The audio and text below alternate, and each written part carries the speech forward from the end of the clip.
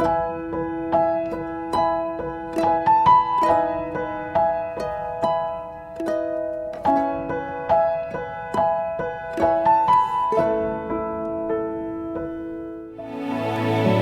ini komitmen kami yang lahir dari hati. Tuhan lihat semuanya. Kami sungguh mau berkata, You are my everything, Lord. Tidak ada yang bisa menggantikan tempatmu, Engkau segala-galanya. Hamba-Mu boleh ada di sini, ini semua karena kemurahan Tuhan. Tuhan, berbicaralah. Hamba berdoa, lepaskan firman yang tajam, yang lebih tajam dari pedang bermata dua manapun. Sementara kami mendengar yang sakit disembuhkan, yang lemah dikuatkan, yang jatuh dibangkitkan. Tapi lebih penting dari semuanya itu, yang paling penting adalah supaya kami kenal jalan-jalan Tuhan. Kami kenal karakter Tuhan. Kami kenal pribadi Tuhan. Itu jauh lebih penting daripada kesembuhan, jauh lebih penting daripada kami dipromosi. Karena mengenal jalan-jalan Tuhan, itu membuat kami tetap kokoh di setiap musim kehidupan yang tidak mudah. Urapi hamba-Mu, hamba terbatas, tidak memiliki apapun. Hamba bukan siapapun, hamba ada karena anugerah Tuhan. Tapi keterbatasan mulut hamba-Mu tidak mengurangi untuk Engkau bersuara. Urapi hamba-Mu, sebab ribuan kata-kata yang terlempar di udara itu tidak ada artinya kalau Tuhan tidak mengurapi. Roh Kudus, Engkau pengajar yang agung. Engkau guru besar yang agung. Engkau hebat. Engkau menerjemahkan semua isi hati Bapa untuk kami bisa menangkap ini. Engkau ada di sini. You are here, Lord. Kami menghormati Tuhan. Terima kasih demi nama Tuhan Yesus. Bagi kemuliaan Tuhan Yesus. Amin. Amin. Silakan duduk, ibu-ibu. Shalom ibu-ibu. Iya, kata Pastor Franz tadi, sudah cukup lama saya tidak datang ke PD Victory, tapi dalam anugerah Tuhan hampir tiap bulan sebetulnya saya ke kota Surabaya. Ya, jadi anugerah Tuhan sejak onset dari mungkin tahun yang lalu, saya hampir rutin tiap bulan datang ke Surabaya. Ya, nah saya datang dengan istri saya, ada Lily di depan. Dia mulai banyak temenin saya. Karena anak kita sudah cukup besar, usia sudah 23 tahun, ya berharap sebentar dia married, berikan kita cucu ya, supaya saya nggak kalah sama Tante Fanny lah ya. Jadi ya anak satu saja yang Tuhan percayakan, dia sudah selesaikan pendidikan, dapat kemurahan Tuhan, dia ada di Australia yang lalu, dalam kemurahan Tuhan dia selesaikan, udah for good, sudah mulai kerja, dan sekarang ya sudah mulai pelayanan juga, sebab darahnya memang sudah darah pelayanan. Jadi ya saya bersyukur dia udah ngajar, dia udah khotbah juga. Nah, senang bersama saudara di PD Victory. Ya sayangnya Ibu Eli nggak ada. Tadi beliau WA saya kan mesti ke Jakarta. Ya, tapi Tante thank you ya. Cik Sian juga ya yang tetap setia. Ibu sebelahnya saya nggak kenal nama Bu, jadi nggak bisa sebutkan ya. Ya maafkan saya karena tidak semua saya kenal, karena banyak yang baru-baru ini saya lihat ya. Oke. Nah, saya punya nama Rubin Ong, sudah diperkenalkan tadi. Senang bersama Bapak Ibu, ya sebab ada Bapak juga di sini. Nah, saya waktu ditanya sama Tante Fanny, temanya apa, Rubin? Saya berkata, saya lagi merenung sebuah kata yang memang agak aneh, yaitu kemenangan yang menyedihkan. Ya, kemenangan tapi menyedihkan. Ini agak kontradiksi, paradoks kan. Kemenangan kan harusnya sukacita, tapi ini kemenangan yang menyedihkan. Nah, kalau ibu-ibu belajar zaman dulu itu, terutama di Perjanjian Lama, setiap kali kerajaan menang, ya kerajaan menang, itu setiap kali kemenangannya itu biasanya dibikin pawai. Rajanya dengan kuda yang gagah, kemudian pasukannya itu di depan biasanya para penari, peniup trompet, ya yang main musik, di belakangnya para tentara. Nah, sepanjang jalan itu rakyat itu berbaris. Ya kalau sekarang kayak ada presiden datang ngibarin bendera lah ya, biasanya begitu ya. Dulu masih ingat zamannya Pak Harto dan sebagainya kan, ngibarin bendera, kita masih ingat ya. Nah modelnya begitu itu. Tapi yang aneh, nanti kita baca di 2 Samuel ya, 2 Samuel chapter 19, 2 Samuel 19 ayat pertama sampai mungkin ayat yang ketiga saja. itu aneh. Ini tentara menang perang, tapi masuknya ke kota itu diam-diam dan malu. Ya, persis kayak orang menang pertandingan tapi caranya curang, nyuap misalnya, atau pakai cara-cara kasar. Ya, kan ada pertandingan yang menang tapi memalukan karena pakai suap, misalnya wasitnya disuap lah, atau cara-caranya kasar. Jadi ini kemenangan yang menurut saya kemenangan yang tidak seperti yang Tuhan mau. Nah, kita nanti akan ke 2 Samuel pasal 19 karena waktu saya tidak terlalu panjang. Tapi saya coba tarik backgroundnya sebentar ya, Bapak Ibu semua. Daud itu orang yang diurapi Tuhan, kita semua percayakan. Nah, salah satu ciri dari orang yang diurapi, tahu nggak Bapak Ibu? Daud itu harga nyawanya, itu identik dengan 30.000 orang. Bayangkan. Jadi Daud itu satu harga Daud, itu nilainya dengan 30.000 orang. Karena dia diurapi. Ya, jadi Daud itu kalau ditukar, itu ditukarnya pakai orang harus 30.000 orang. Ya, karena memang orang ini diurapi Tuhan. Setiap kali perang selalu menang. Cuman satu kali dia salah keputusan. Hati-hati dalam hidup ya. Jangan ada yang merasa kuat. Saya sendiri berkata saya paling hati-hati memutuskan kehidupan. Sebab hidup ini keputusan kan punya resiko. Nah, kita tahu di 2 Samuel pasal 11. Daud itu memutuskan yang salah. Dia ambil istrinya orang. Ya, dia bunuh suaminya dengan cara licik. Sangat mafia lah caranya. Yaitu namanya Uria. Padahal Uria ini pahlawannya dia, tentaranya dia. Dia ambil istrinya namanya Batsheba. Ya, Batsheba lagi mandi. Dia kemudian tergoda. Dia kemudian suruh orang. Sampai kemudian dia hampiri. Dan Batsheba tidur dengan dia. Dan kita tahu begini. Alkitab terjemahan Indonesia dan Inggris memberitahunya biasa. Batsheba membersihkan dirinya. Padahal sebetulnya. Itu sebetulnya tidak membersihkan diri sebetulnya. Dia dibersihkan para imam yang disogok oleh Daud untuk kemudian membuat aturan namanya kawin siri. Jadi hari ini dikawin, besok diceraikan. Itu secara hukum nggak salah. Ini makanya betul ya, uang kalau sama agama kolaborasi itu paling ngeri. Oh iya, itu ngaturnya udah nggak karu-karuan. Ya, itu kalau kita pelajari bahasa aslinya mengerikan. Makanya kalau kita lihat 2 Samuel 11 ayat yang terakhir itu hal yang dilakukan itu sangat jahat di mata Tuhan. Ini berarti jahatnya memang jahat luar biasa.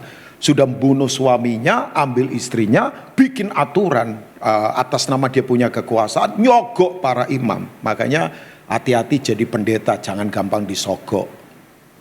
Oh, saya tegas soal ini dan saya tidak mau soal itu terjadi pada saya. Oh iyalah, paling gampang lah nyogok pendeta. Ya, untuk kompromi. Ya. Saya tidak mau kalau langgar prinsip hanya demi uang, orang langgar prinsip di pelayanan. Saya paling marah soal itu. Oh ya, orang nggak senang nggak apa-apa, yang penting ya Tuhan disenangkan kan. Nggak, kita kalau nggak main prinsip kuat bahaya loh di kehidupan. Apa yang terjadi? Imam-imamnya disogok, bikin aturan. Kan dia raja. Kalau imamnya nggak taat ya takut nanti dipecati atau dibunuh. Raja waktu itu kan punya kekuasaan seperti Tuhan.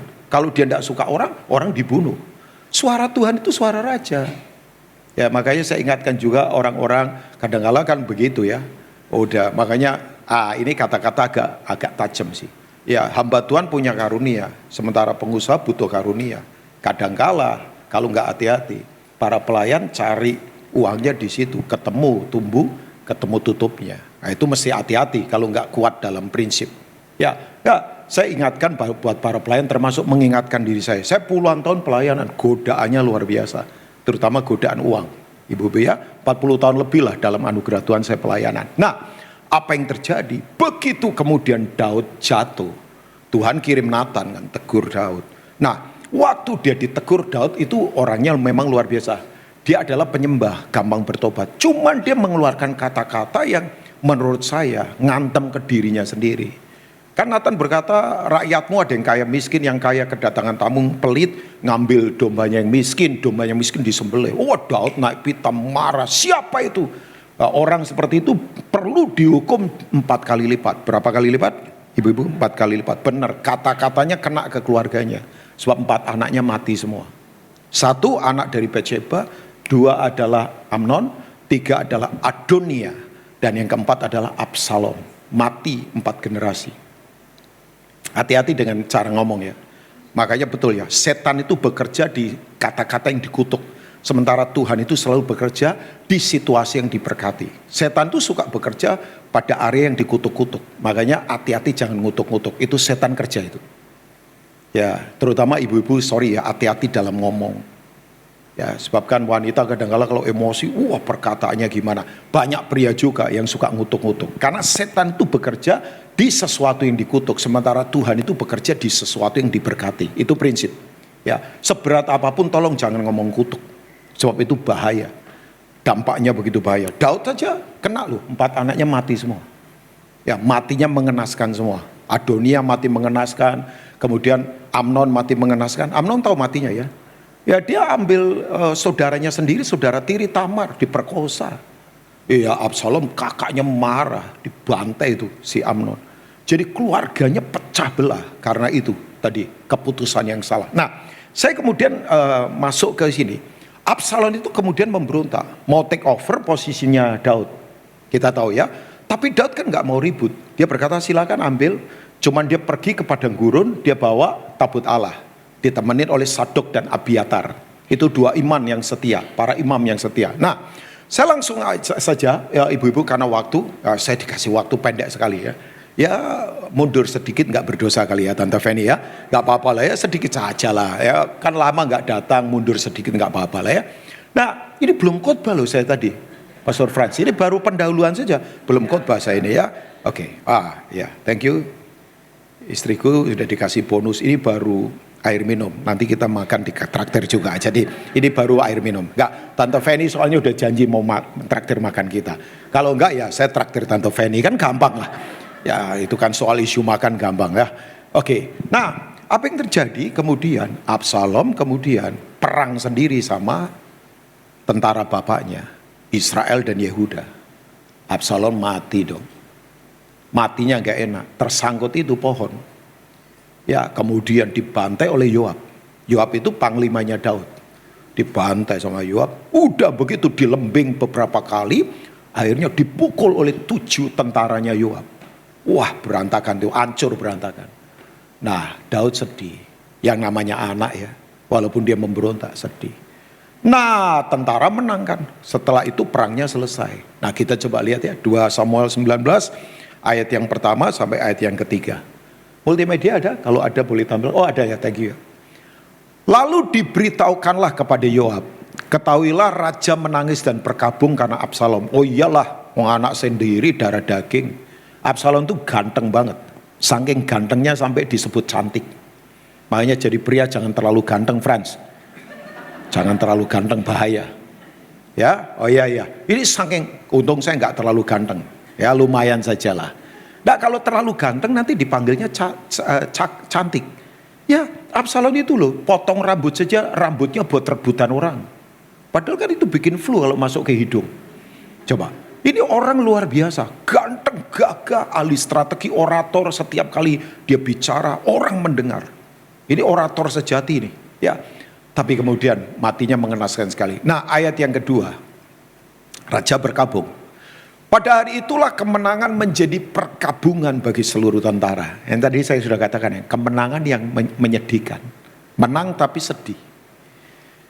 Coba aneh kan, ini kan paradoks, kata yang sangat bertolak belakang. Wong menang kok sedih. Harusnya menang kan gembira, harusnya menang itu sukacita kan. Ya kan? Sebab pada hari itu tentara itu mendengar orang berkata, raja bersusah hati karena anaknya. Nah kalau kita lihat Daud ini adalah yang diurapi. Ini lambang gereja. Saya tidak ngomong personalnya dia ya. Ya Daud itu kan raja yang diurapi. Dia itu adalah ordernya Mesias. Makanya Jesus son of David. Not Jesus son of Moses. Or Jesus son of Elia misalnya. Enggak. Yesus itu anaknya Daud. Karena ordernya Yesus itu harus dari Daud yang diurapi. Karena dia suku Yehuda kan. Nggak usah dijelaskan lah. Itu perlu penjelasan lebih dalam lagi turun ke bawah ya.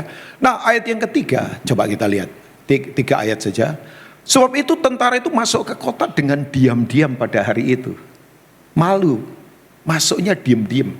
Berarti mungkin masuknya jam 3 dini hari atau jam 2 dini hari. Itu kan jamnya operasi para Dracula kan. Ya, makanya orang kalau suka keluyuran jam 2 dini hari itu Dracula gitu.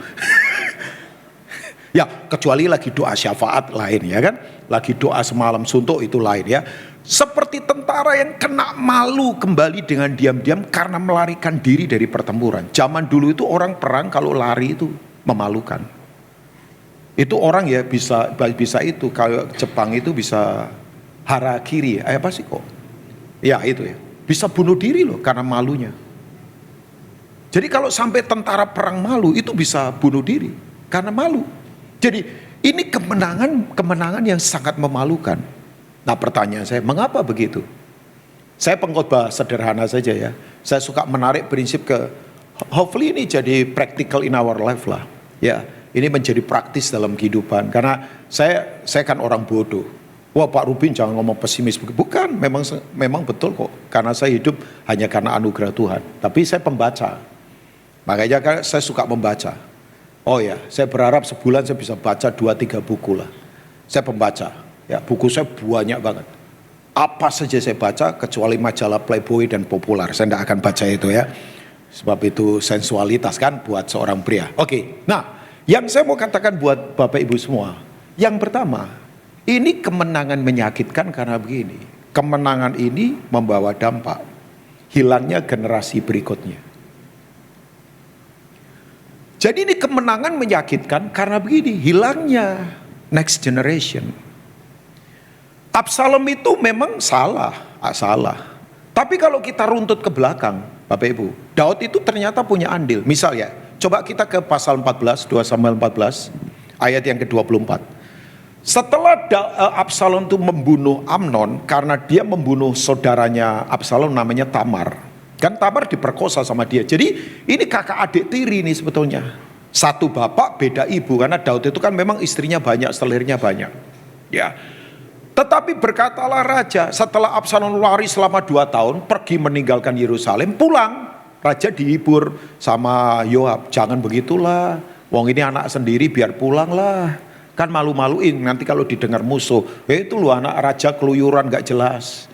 Ya sebagai orang tua malu lah. Saudara kalau punya anak atau cucu keluyuran gak jelas, padahal saudara orang punya, ya saudara ini punya terpandang di kota misalnya kan malu. Wah anakku kok nggak jelas, keluyuran nggak jelas, kerjanya apa nggak jelas, cuman lari-lari terus, kan malu kan. Nah Daud akhirnya dihibur atau dinasihati Yoab, akhirnya dia mau, ya udah suruh pulang Absalom. Tetapi berkatalah raja, ia harus pergi ke rumahnya sendiri, jangan ia datang di hadapanku. Jadi pergilah Absalom ke rumahnya sendiri dan tidak datang di hadapan raja. Jadi ternyata bahaya memang ibu-ibu kalau generasi itu tidak dinasehati dengan firman dan keteladanan. Ya, memang Absalom salah, tapi ternyata Absalom itu tidak punya teladan, nggak punya penasehat. Mungkin Daud sibuk kayak kita ya, kita kan paling sibuk kan, sibuk shopping lah, atau sibuk apa gosip, sibuk ngumpul-ngumpul. Ya, saya makanya untung istri saya itu ya dia suka fellowship, tapi fellowshipnya jelas ada arahnya. Kalau ngumpul-ngumpul nggak jelas dia enggak mau. Ya sekedar makan-makan, minum-minum, cekakaan. Oke lah, tapi maksud saya jelas ada divine purpose, ada tujuan ilahi. Kalau enggak ya buat apa? Ya. Nah, coba bayangkan. Daud itu mungkin sibuk kan ngatur negara, ngatur ini, orang penting kok. Tapi ternyata ada hal yang jauh lebih penting yaitu generasi, anak-anak, cucu-cucu. Apalagi ibu-ibu saya ingatkan ya, ini generasi di bawah kita itu cepatnya luar biasa loh. Kan kita sudah masuk ke 3 generasi, milenial, generasi Z dan generasi Alpha sekarang. Generasi milenial saja aneh sekarang. Mereka di atas 30 tahun sudah nggak takut nikah kok. Mereka tidak berpikir menikah mesti cepat-cepat loh. Terus generasi Z aneh lagi, stres depresi itu sekarang biasa. Zaman dulu kita orang depresi, paling disimpan takut dipikir gangguan jiwa kita. Sekarang anak begitu enggak. Terus kemudian begini, mereka tuh enjoy sekarang termasuk dengan bunuh diri loh. Karena disodorin pengajaran bahwa ada another place, another the universe. Ya hati-hati dengan film-film sekarang. Banyak film-film sekarang yang berkata, udah memang ada bumi, ada surga dan neraka, tapi ada tempat lain yang indah. Kamu kalau mati nanti ke sana, jadi bahagia hidupmu. Oh iya. Coba, apalagi generasi Z di bawahnya lagi, yang masih kecil-kecil itu. Wih, jadi begini. Tapi yang saya tahu, Mau generasi apa saja selalu butuh nasihat dari firman Tuhan, selalu butuh keteladanan dari orang-orang. Yang setuju katakan amin. Makanya kepemimpinan itu soal keteladanan. Kita boleh berteori kedudukan hebat, gelar panjang, tapi kalau hidup nggak punya keteladanan, kita mau impartasikan apa? Nanti cuma mainan aksesoris saja. Yang dibutuhkan keteladanan, ibu. Oh ya, saya dalam anugerah Tuhan sekian bulan ini agak capek sih memang, fisikal ya. Tapi ya puji Tuhan, Tuhan tolong. Sebab saya pergi ke banyak tempat, ke Bitung, Manado, Ambon, ke Pulau Selayar. Kemudian pulang dari situ beberapa hari saya dan istri mesti ke Sydney, Australia 2 minggu.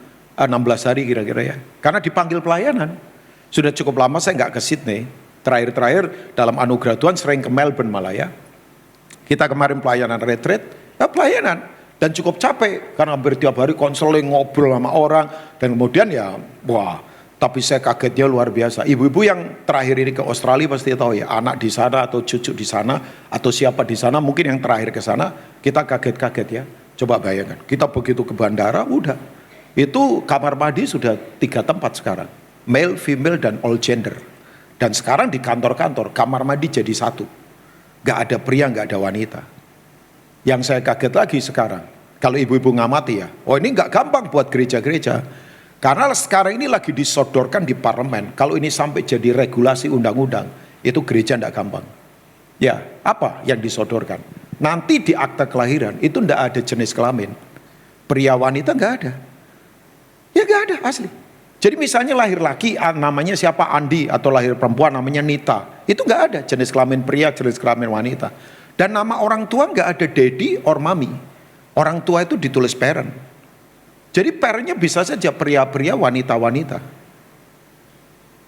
Sebab nanti ini orang kalau sudah misalnya laki jadi gede, mau jadi wanita terserah. Dia wanita mau jadi pria terserah. Nah, Pak, apa impactnya ke Kristenan? Oh, impact sekali. Impactnya apa? Nanti pendeta kalau tidak memberkati sejenis, itu bisa disu di pengadilan dan pendetanya bisa masuk penjara.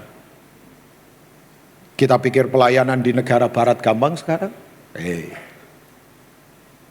Coba. Ini perkembangannya cepatnya luar biasa. Makanya Bapak Ibu jangan kaget. Nah, saya sarankan yang mau sekolahkan anak keluar atau cucu keluar, oke. Yang penting doa Tuhan suruh mau kemana. Tapi coba tabur dulu kebenaran keteladanan yang kuat. Dimulai dari keluarga. Jangan dititipkan di gereja. Nanti kita kaget-kaget loh ibu-ibu. Kita pikir wah di sana. Oh iya, paradigma kita sedang bertempur sekarang ini. Nah, menurut saya buat apa sih ya kalau hidup sukses? Ya oke lah, saya tidak menentang sukses, wong kita harus sukses lah. Tapi sukses kan harusnya komprehensif semuanya. Orang sukses itu begini. Keuangannya sehat, tapi kesehatannya sehat, pikirannya sehat, pelayanannya sehat, keluarganya sehat, semuanya sehat. Nah itu sukses yang komprehensif. Ada orang sukses satu sisi, belum tentu yang lain. Nah ya kalau sedang diproses ya oke. Misalnya gak apa-apa ya saya ngomong begini bahwa misalnya kayak Bu Eli ngalami proses dalam kehidupan kan.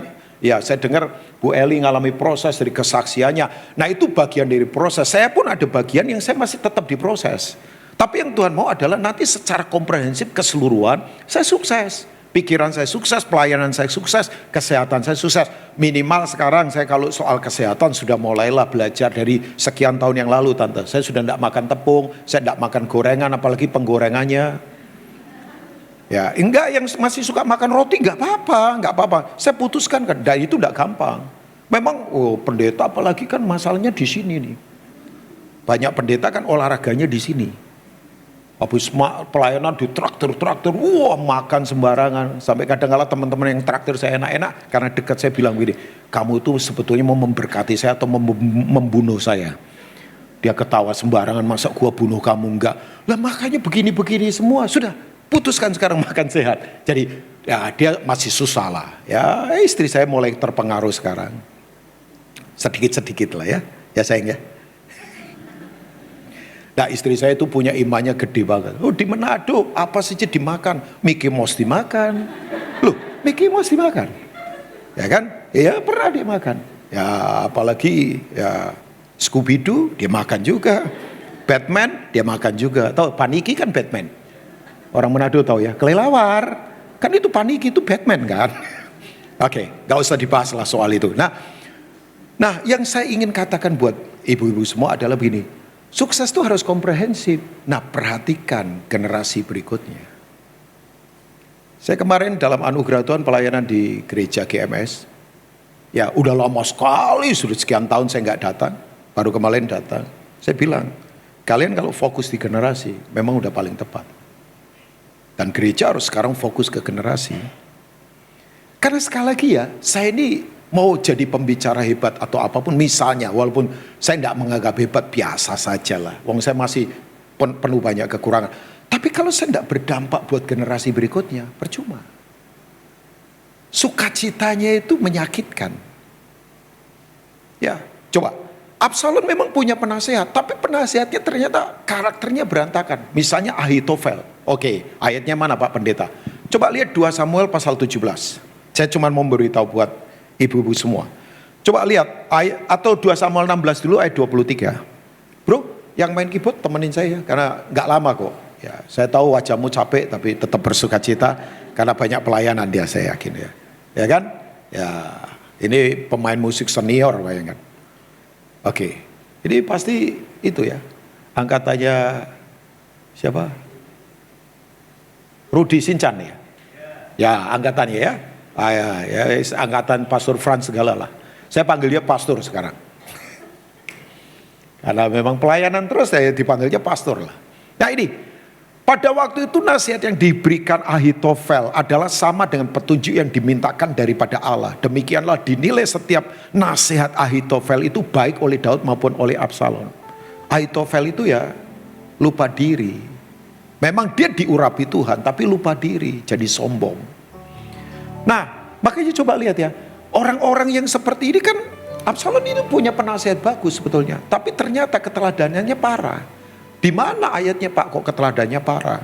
Sombong dia. Coba lihat pasal 2, pasal berapa itu? Pasal 17 ayat yang ke-23 sekarang.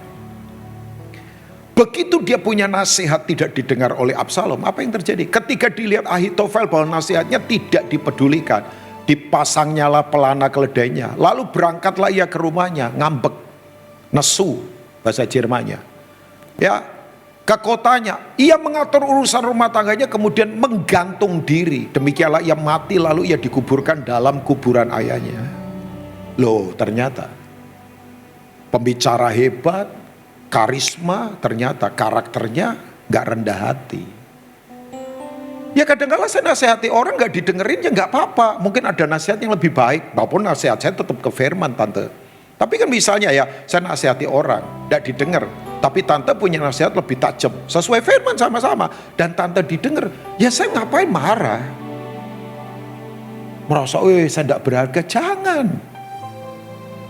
Lah kalau kita ini hidup karakternya gak kuat. Generasi berikutnya mana bisa kuat. Ya, makanya saya sering challenge para pria. Pria, kekuatanmu itu ada pada karakter. Bukan badanmu, ototmu, silakanlah ke gym, latihan apalah. Latihan apalah, lari kalau perlu sehari 100 kilo. Oh mati nanti ya. 100 kilo terlalu jauh ya kali ya. Kalau naik sepeda bolehlah 100 kilo kan. Kalau lari 100 kilo ya berat lah. Tapi saya beritahu, yang penting itu karakternya. Coba Ahitofel itu memang dipakai Tuhan awalnya. Tapi jadi lupa diri. Sampai suaranya itu seperti suara Allah sendiri kok. Tapi coba begitu nasihatnya gak didengar saja. Tersinggung, nesu, ngambek, gantung diri. Coba. Nah sekali lagi. Yuk. Generasi anak-anak kita, generasi cucu-cucu kita. Itu butuh keteladanan. Ya, opa-oma. Ya, papa mama di sini. Sorry ya, jangan cuma sukses, duit banyak, semuanya hebat, karir hebat. Boleh. Saya bukan anti itu loh. Saya nggak khotbah saya anti itu loh. Bapak Ibu jangan salah ya. Silakan. Cuman pertanyaannya, kesuksesan kita itu berdampak nggak secara karakter keteladanan buat orang-orang yang ada di bawah kita. Nah itu penting.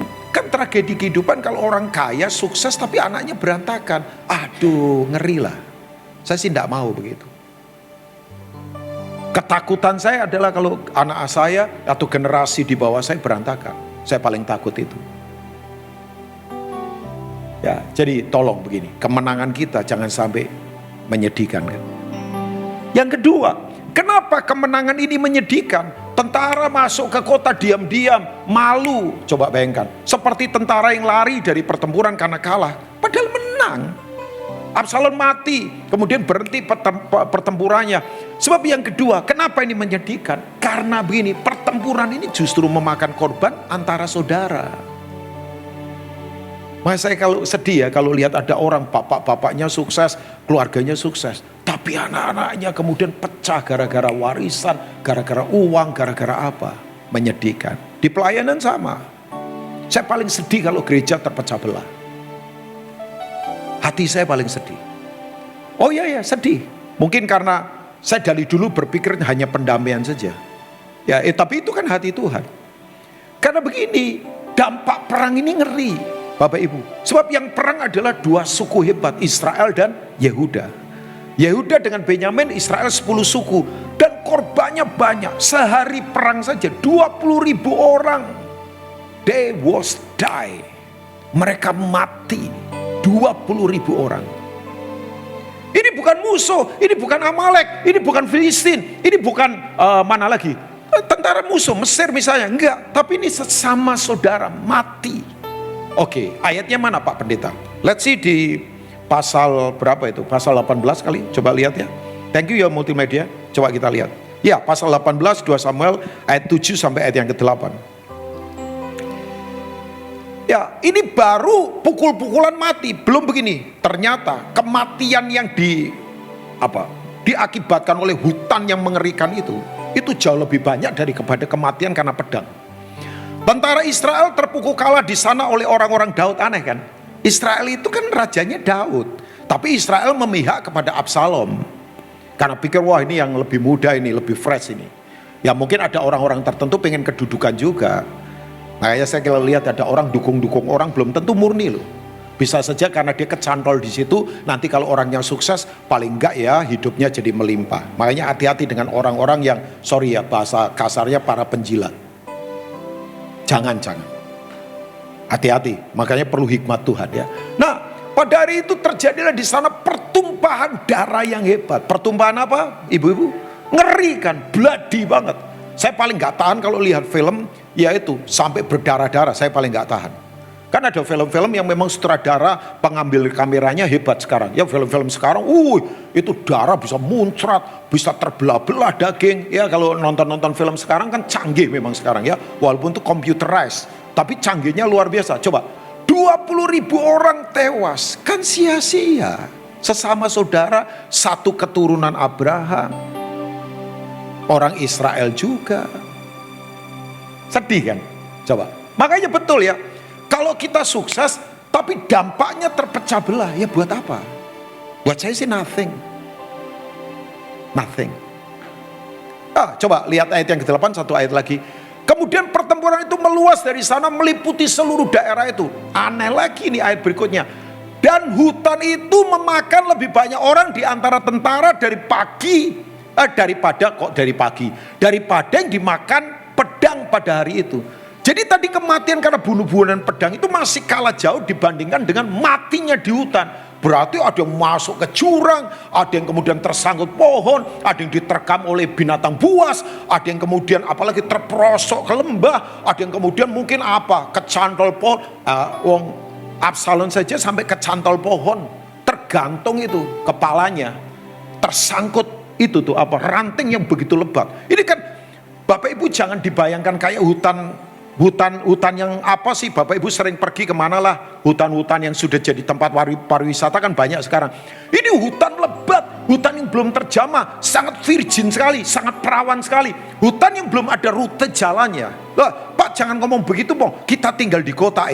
Hang on, tunggu dulu, di luar sana itu banyak hutan belantara kan. Hutan ketidakadilan, hutan kejahatan, hutan hutan seks, hutan soal uang, banyak di luar sana. Kita ada di hutan yang begitu, diterkam oleh banyak keganasan, oleh binatang buas, oleh arah yang gak jelas. Kita bisa terbentur-bentur, kita bisa terperosok, kita bisa jatuh ke lembah, kita bisa masuk ke jurang. Coba bayangkan, yang terbunuh karena hutan jauh lebih banyak. Pertanyaan saya begini, kenapa bisa terjadi begitu? Karena begini, belas kasihan sudah tidak ada lagi. Ibu-ibu, saya itu dalam pelayanan, yang saya pertahankan cuma satu, compassion. Orang itu kalau nggak ada belas kasihan, udah, nanti cuman aksesoris, jadi kayak artis saja. Gak ada sesuatu yang mengalir dari dalam. Ya, ibu-ibu, apakah mata kita itu masih bisa melihat orang lain seperti Tuhan melihat? Nah, itu yang harus dipertahankan. Nah, saya berdoa PD Victory mesti tetap memiliki ini. Karena saya tahu dari, ya cukup lama lah saya kenal PD Victory ya. Sampai perkembangan begini ini kan salah satu kuncinya karena memang compassion, belas kasihan. Ya kan? Pak Rubin, belas kasihan itu apa? Belas kasihan itu begini. Kita itu menerima perasaan Allah yang ditaruh di perasaan kita sehingga kita bisa rasakan yang Allah rasakan untuk kita menggerakkan hidup kita demi menjawab kebutuhan sesama. Itu belas kasihan. Nah, ibu-ibu, saya beritahu ya, mujizat itu bisa hilang bukan karena kuasa nggak ada. Kuasa Tuhan tetap sama dulu, sekarang, sampai selama-lamanya. Tapi mujizat itu bisa berhenti karena belas kasihan tidak mengalir. Makanya kalau ibu-ibu baca di kitab Matius terutama, setiap kali Yesus menyembuhkan orang buta, membangkitkan orang mati, setiap kali dia menyembuhkan orang lumpuh, kemudian memberi makan ribuan orang, selalu ada kata-kata ini, something moving inside. Ada sesuatu yang bergerak dari dalam Yesus. Maka Yesus dipenuhi belas kasihan, dia menjamah orang buta, orang itu melihat. Maka Yesus dipenuhi belas kasihan, kemudian dia menyentuh orang lumpuh, orang kemudian berjalan. Maka Yesus dipenuhi oleh belas kasihan karena melihat orang itu seperti domba yang tidak bergembala. Jadi ada something moving inside.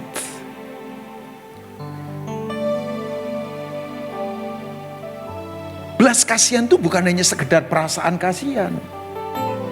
Ya, tahu nggak ibu-ibu? Dunia dikejutkan oleh seorang wanita bungkuk dari Kalkuta. Gak cantik.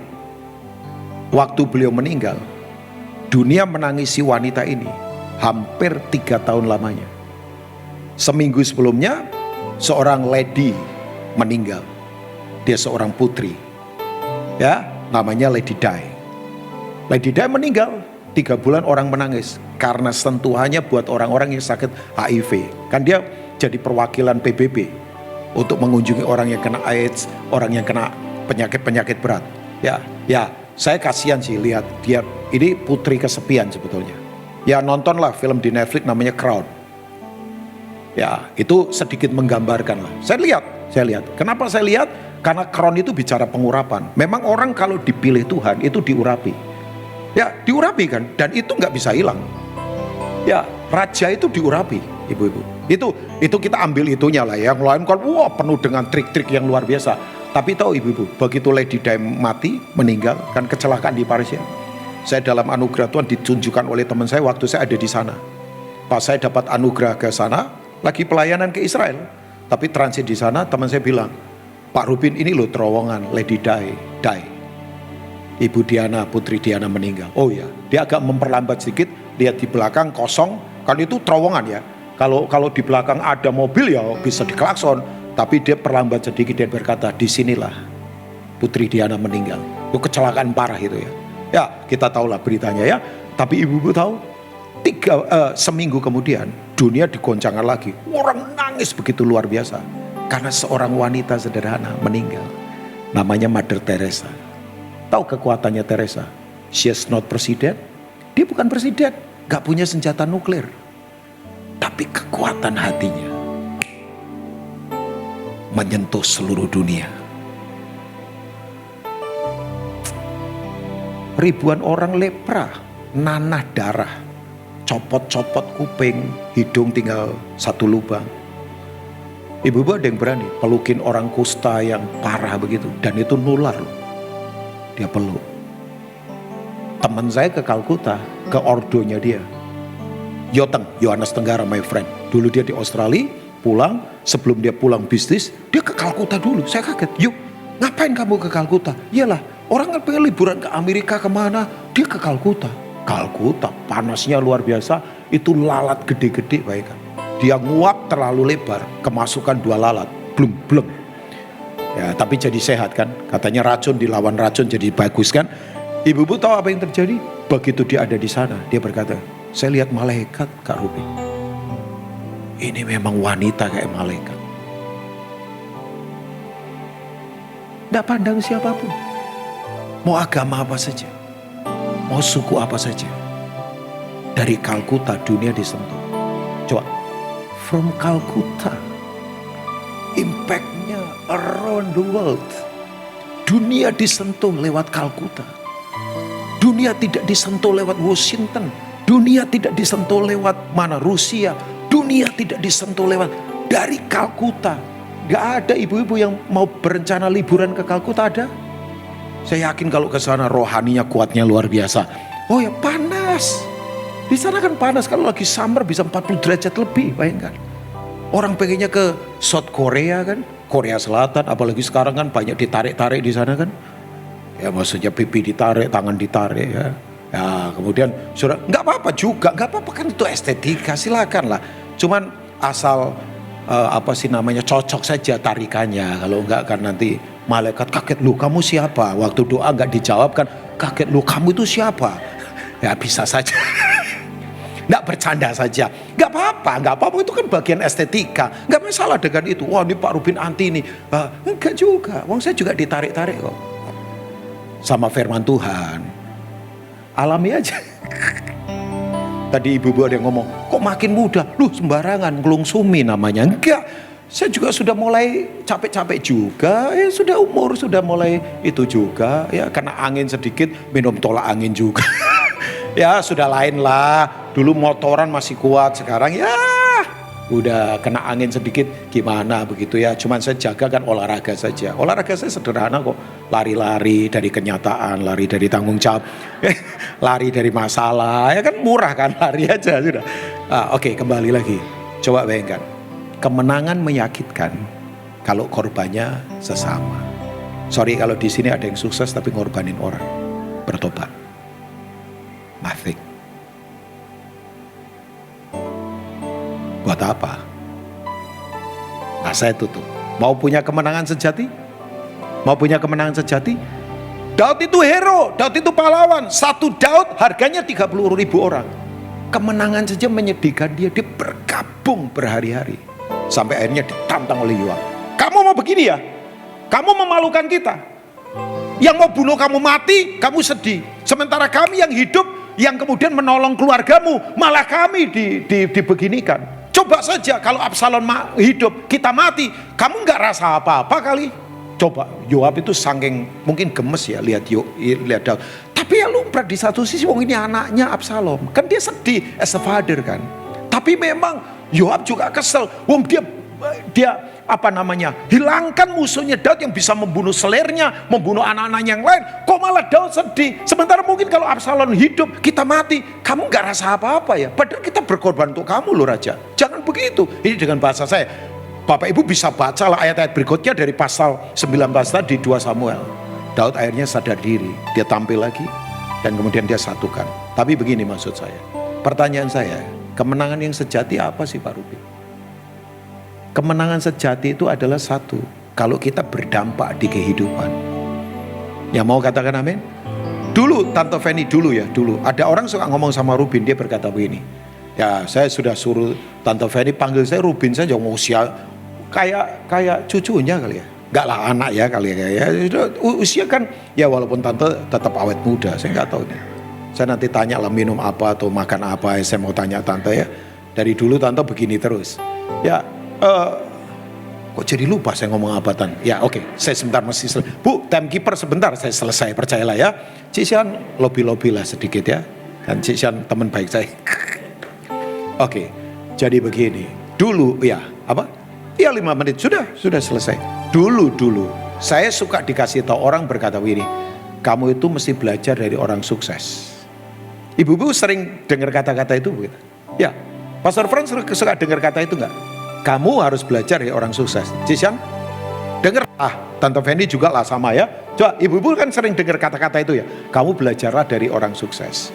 Dulu saya langsung telan semua, tapi sekarang saya enggak. Karena begini saya berkata, lah kalau suksesnya dia ngerampok, Atau suksesnya misalnya orang lain jadi korban. Lah saya belajar apa? Cuman karena uangnya banyak, nilainya apa? Loh, iya kan? Ya, oke. Makanya tadi saya katakan sukses itu mesti komprehensif seluruhnya. Pelayanan sukses, kesehatan sukses, pikiran sukses, doa sukses, semua sukses, mesti sukses semuanya. Jangan kemudian terpecah belah. Nah, saya beritahu ibu-ibu semua, kemenangan yang benar adalah kemenangan yang membuat dampak di kehidupan. Oke, saya tutup. Tapi coba kita lihat ke Roma 8 ayat 37. Udah, kita selesai. Tadi dua suku pecah karena cari kepentingan diri sendiri. Gak ada belas kasihan. Ya, tapi kita coba ke Roma 8 ayat 37. Nah ini dia. Yuk baca sama-sama. Bapak Ibu semua, saya tutup dengan perjanjian baru ya. Dari tadi saya baca ayat perjanjian lama. 2, 3. Tetapi dalam semuanya itu. Semuanya apa? Yaitu tantangan pedang, penganiayaan di atas. Ini kan konteksnya di atas. Ibu-ibu nanti bisa baca ya. Kita lebih, yuk sama-sama ibu-ibu 2, 3. Kita lebih daripada orang-orang yang menang oleh Dia yang telah mengasihi kita. We are more than conquerors. Kita ini lebih dari para penakluk. Nah, kata menang di sini, katakan menang. Itu Paulus itu cerdas memang, ciptakan kosakata sendiri saking susah membahasakannya, yaitu hupernikao. Huper itu hiper, nikao itu pemenang. Lebih dari pemenang itu, pemenang kan nomor 1 juara. Ini di atasnya juara. Bahkan di atasnya juara ini tanpa perlu bertanding. Itu semuanya ada di dalam Kristus. Nah, kata hupernikao itu adalah kemenangan mentalitas. Bukan kemudian begini, tonjokin orang karena badan lebih gede dia kalah. Bukan itu. Tapi ini mentalitas kita. Mentalitas pemenang. Katakan mentalitas. Oke, ada anak nomor 13 mau digugurkan oleh mamahnya. Karena waktu itu kondisi inflasi dan terjadi penyakit sampar. Papanya udah bilang, ya digugurkan saja. Uang susah, penyakit di mana-mana. Ngapain punya anak ke-13? Biasanya angka 13 dianggap sial di dunia sihir. Oh iyalah, banyak kan, coba lihat, hampir semua hotel tidak ada lift lantai 13. Ya, tapi satu kali ada yang berani mungkin di sini, nggak apa-apa juga, bikin hotel ada lantai 13.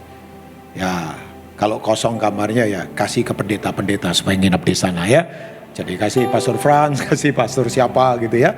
Oke, ibu-ibu tahu, ibunya nggak mau, ibunya punya iman, persis kayak di PD Victory. Nggak. Anak lahir pasti Tuhan punya tujuan supaya lewat hidupnya kemenangan berdampak buat orang lain. Lahir anak ini, tahu ibu-ibu, lahir sakit-sakitan lagi, tapi anak ini dipakai Tuhan. Inggris mau diserbu oleh komunis. Prancis sejak revolusi industri sudah mulai ditaklukkan beberapa negara. Inggris bisa bertahan sampai hari ini jadi negara kerajaan. Itu karena orang ini. Sebab orang ini adalah penginjil penunggang kuda putih yang keliling ke seluruh Inggris mengajar para perawat, para petani, para guru. Dia pakai namanya metodis. Itu dari kata dasar metode. Metodenya apa? Manusia. Makanya metode paling penting itu saudara.